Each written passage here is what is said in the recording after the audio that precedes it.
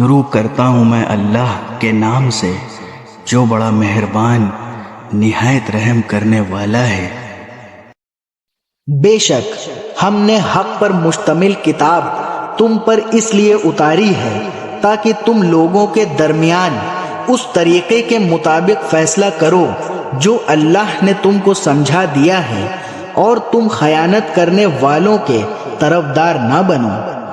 اور اللہ سے مغفرت طلب کرو، بے شک اللہ بہت بخشنے والا بڑا مہربان ہے۔ اور کسی تنازع میں ان لوگوں کی وکالت نہ کرنا جو خود اپنی جانوں سے خیانت کرتے ہیں، اللہ کسی بھی خیانت کرنے والے گناہ گار کو پسند نہیں کرتا۔ یہ لوگوں سے تو شرماتے ہیں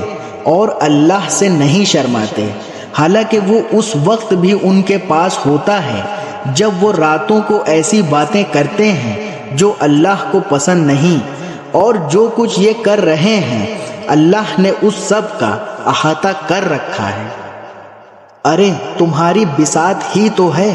کہ تم نے دنیاوی زندگی میں لوگوں سے جھگڑ کر ان خیانت کرنے والوں کی حمایت کر لی، بھلا اس کے بعد قیامت کے دن اللہ سے جھگڑ کر کون ان کی حمایت کرے گا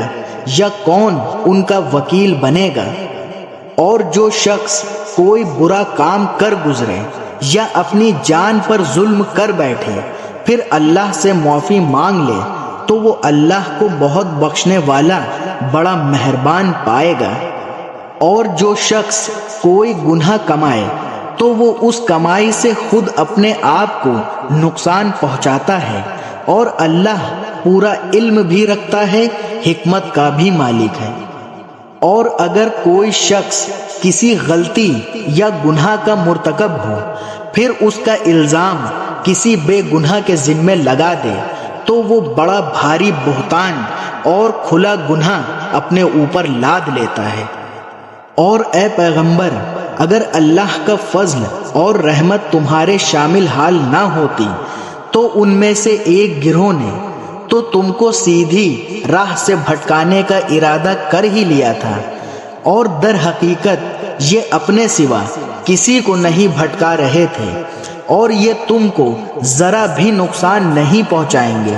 اللہ نے تم پر کتاب اور حکمت نازل کی ہے اور تم کو ان باتوں کا علم دیا ہے جو تم نہیں جانتے تھے، اور تم پر اللہ کا فضل ہمیشہ بہت زیادہ رہا ہے۔ لوگوں کی بہت سی خفیہ سرگوشیوں میں کوئی خیر نہیں ہوتی الا یہ کہ کوئی شخص صدقے کا یا کسی نیکی کا یا لوگوں کے درمیان اصلاح کا حکم دے، اور جو شخص اللہ کی خوشنودی حاصل کرنے کے لیے ایسا کرے گا ہم اس کو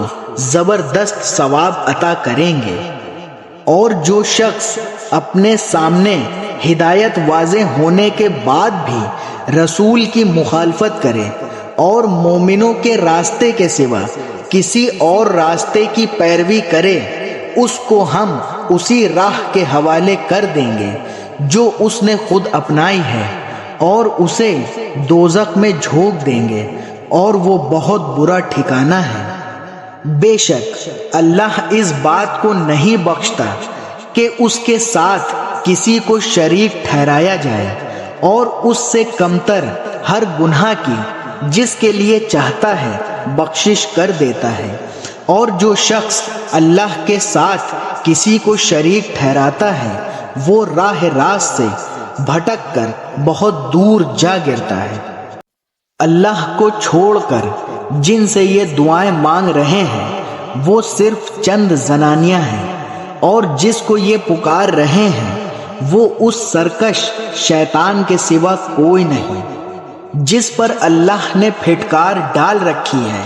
اور اس نے اللہ سے یہ کہہ رکھا ہے کہ میں تیرے بندوں سے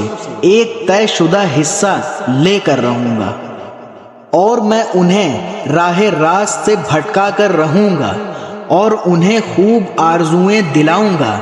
اور انہیں حکم دوں گا تو وہ چوپایوں کے کان چیر ڈالیں گے، اور انہیں حکم دوں گا تو وہ اللہ کی تخلیق میں تبدیلی پیدا کریں گے، اور جو شخص اللہ کے بجائے شیطان کو دوست بنائے اس نے کھلے کھلے خسارے کا سودا کیا ہے۔ وہ تو ان سے وعدے کرتا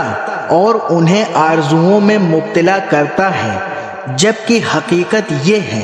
کہ شیطان ان سے جو بھی وعدے کرتا ہے وہ دھوکے کے سوا کچھ نہیں۔ ان سب کا ٹھکانہ جہنم ہے،